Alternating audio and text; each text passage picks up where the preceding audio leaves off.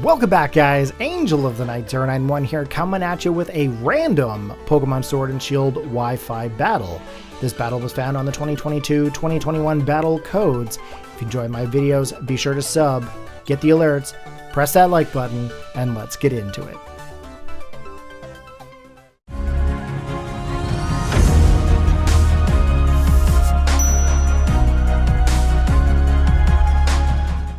Ladies and gentlemen, let's get into the battle.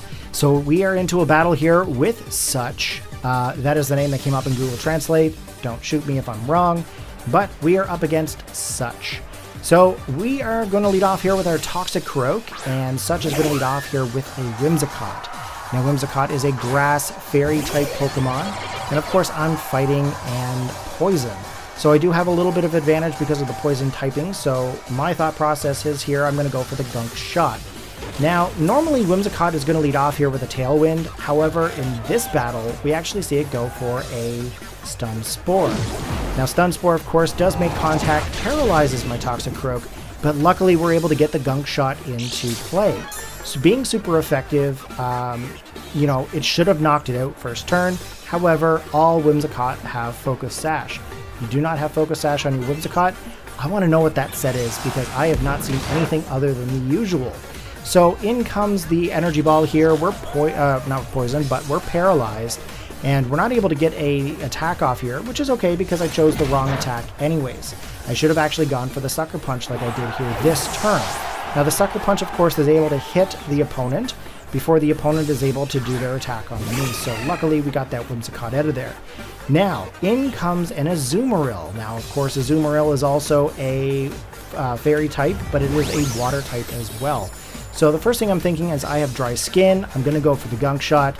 But then there we have it, guys. There's the Bounce. And Bounce is a flying type move. It's a 2-turn attack. If I happen to have, for example, Thunder onto a Pokemon, Thunder would hit the Azumarill while it's in the air. But unfortunately, Toxicroak cannot learn that. So in comes the Druddigon, and Druddigon also happens to have, yeah, that's right, Gunk Shot. So we are going to use Gunk Shot against this Azumarill. Azumarill used the play Rough, and of course my Druddigon has a Rough Skin ability, and it also happens to have a Rocky Helmet. So pretty cool here. We actually managed to get the Gunk Shot off, and it actually takes out the Azumarill. So now we are now 2 for 2. In comes Gardevoir, and Gardevoir can be a bit of a tricky Pokemon to go up against. So we have our Druddigon out here. I'm thinking I'm going to go for the Glare. Now, in this situation here, I pretty much use Druddigon as fodder. I don't really want to swap into Toxicroak or into another Pokemon. So I went for the Glare just to try to see if I could get the Paralysis off onto the Gardevoir, and unfortunately it did not work. So Gardevoir onto the field, I'm going to bring out Polteageist, and the reason I'm going to bring out Polteageist is because it's a pretty cool Pokemon if you guys have never used it. This is a typical Shell Smasher, however this turn I actually decided to go in for the Shadow Ball. That is going to be the most effective way to play against this Gardevoir right now. Setting up is just not an option. Not an option, as some people would say. So we managed to take 2 hits. We're going to go in for the Shadow Ball here yet again, and that is going to knock out the Gardevoir. So if you guys have noticed by the first 2 Pokemon on my team, you probably have seen this team before when I used to stream in Generation 6, maybe 7. But I ended up taking that team and bringing it all the way through to Sword and Shield. Unfortunately, one of the party members did not make it, so I swapped it in with a Polteageist. So in comes Blissey. Blissey is a very bulky Pokemon in special defense and hit points. So right now I know there's really not much option here for me to really get much damage off. So I'm going to go in for the Shell Smash. And Shell Smash, of course, lowers your defense and your special defense, but it's going to boost your attack and your special attack and your speed. So I'm thinking to myself, okay, I've gone for the Shell Smash. I got the White Herb. That's going to basically put my stats back to normal. Blissey's going to go in for the Soft Boiled here. It's going to get the hit points back up onto its side, and this poses to be a bit of a problem. I'm thinking at this point I can either go for the Dynamax or I can go for the Stored Power. Really, there's no point in me Dynamaxing Polteageist. If you guys watched a different battle, you know that I have a little bit of a Joy-Con drift. And I'm going to be honest, I'm a little too lazy to take it apart and fix it. So I basically had to work with what I got.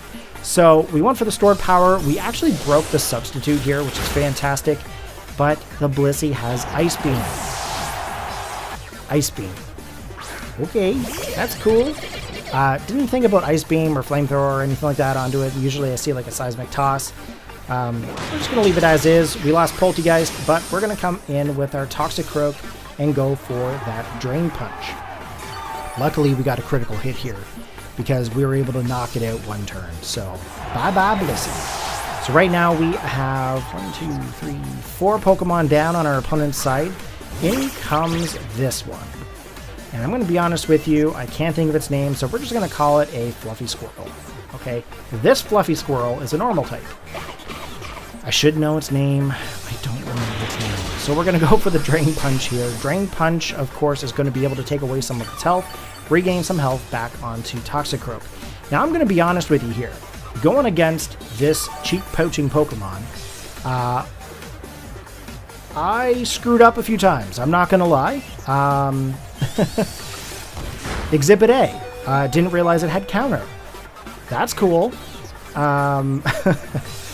Now, I'm kind of trying to decide here what I'm going to do, and you can see my thought process is going to go back and forth. Not really sure what to expect from this Pokemon because I haven't really battled one of these before, so I'm a little bit out of touch with what this thing's going to do. So all we know right now is that it has counter. So they go in for the Dynamax, and with Dynamax onto the field, I know right now Toxicroak doesn't really have a chance. Just because of the fact I'm paralyzed, I have 7 hit points, I'm not going to be able to outspeed this thing. So in comes Max Quake. Max Quake is actually going to knock out my Toxicroak, and that is going to leave me down by 1. So we actually have 3 Pokemon out. Our opponent still has 2 Pokemon remaining. Luckily, we are not out of this game yet. And remember when I said earlier I ran into an issue where I did not do very well? Exhibit B. I bring out the Incineroar, and the first thing I think is Fake Out. And I know what you're thinking, but Corey, Fake Out doesn't flinch when it's a Dynamax Pokemon. You're correct. I messed up. Posted in the comments. I was wrong. So, we got a critical hit anyways, which is pretty cool. We took a hit, of course, still surviving, and this is where I realized I screwed up.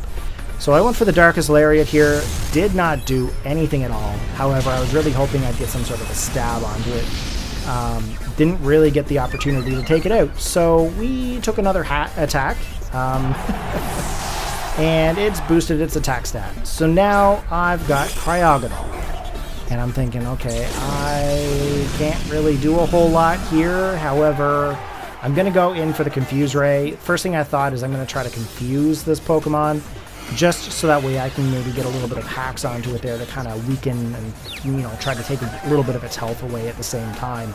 Unfortunately, in my situation, or in my case, it doesn't get confused or hurt in confusion. It goes for the Iron Tail and just rips me a new one.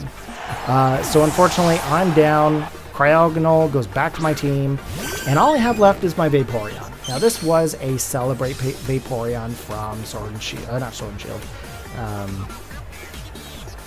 Sun and Moon. So I don't have Celebrate onto it anymore, of course, but I went for the Acid Armor here. Now, Acid Armor is actually going to raise my defense sharply. So the idea is that I'm going to go for the 2 Acid Armors here to basically raise my defensive stats up. I don't really know what else to expect from this Fluffy Squirrel because I don't really know all of its set yet. I don't know how it's trained. I don't know how anyone would train it. All I know is that its attack stat is up, so I knew I had to get my stats higher. So we're going to go in for the Dynamax here, and we're going to Dynamax our Vaporeon. Now, I'm going to be honest with you guys. I love this Vaporeon. This Vaporeon is one of my favorite sets. It is designed so that way it's going to have a very high defensive stats. And then, of course, it's going to be able to attack with special attack. So here we go. We're going to go for the Max Geyser. Max Geyser is going to set up the Rain at the same time. Now, we get a decent hit onto this fluffy squirrel. If you guys can post what the name of this squirrel is in the chat or into the comments, that'd be fantastic, because honest to God, I cannot remember what it's called. I know it's Skwovet is its pre-evolved form, but I can't think of what its evolution is.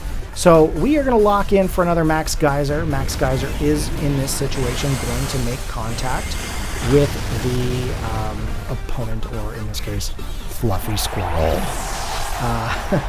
Luckily, we were able to knock it out here, gain some lefties, and we are back to full health. So in comes the last Pokemon our opponent's side has, and that is Alolan Ninetales. Now, of course, with the Ninetales, it's going to set up the Hail. Now, with the Hail into effect, that is actually going to be able to set up the Aura Veil. Now, with the Aura Veil up, that is going to boost up the stats of our team. And we are going to go in for the Max Geyser here. Now, with the Max Geyser, that is going to make direct contact with the Alolan Ninetales, and that is going to be able to take away quite a bit of the health. So now we are going to get into the next turn. We are going to lose our Dynamax here, and Vaporeon is going to go back to its normal size. In comes Freeze Dry. Now, Freeze Dry is super effective on water types, and it has the potential to freeze. However, in this case here, we're just going to go right for the Scald again. Scald is going to get the burn, which in this case doesn't really have anything to do with Ninetales. Ninetales is not going to be affected in any way by this burn, except for losing a little bit of its health. So in comes our final turn here. Here's the Freeze Dry. Freeze Dry is going to make contact with our Vaporeon, and it is going to be super effective. Get the freeze. But you know what? We melt that ice with a Scald, and that Scald is going to make contact with the Ninetales, and it is going to knock it out. So good game. Thank you very much for the battle, and let's look to see what else we have left. Okay, that was a weird way for me to end the commentary, but I had someone walk into the room and I lost my train of thought, but that's okay.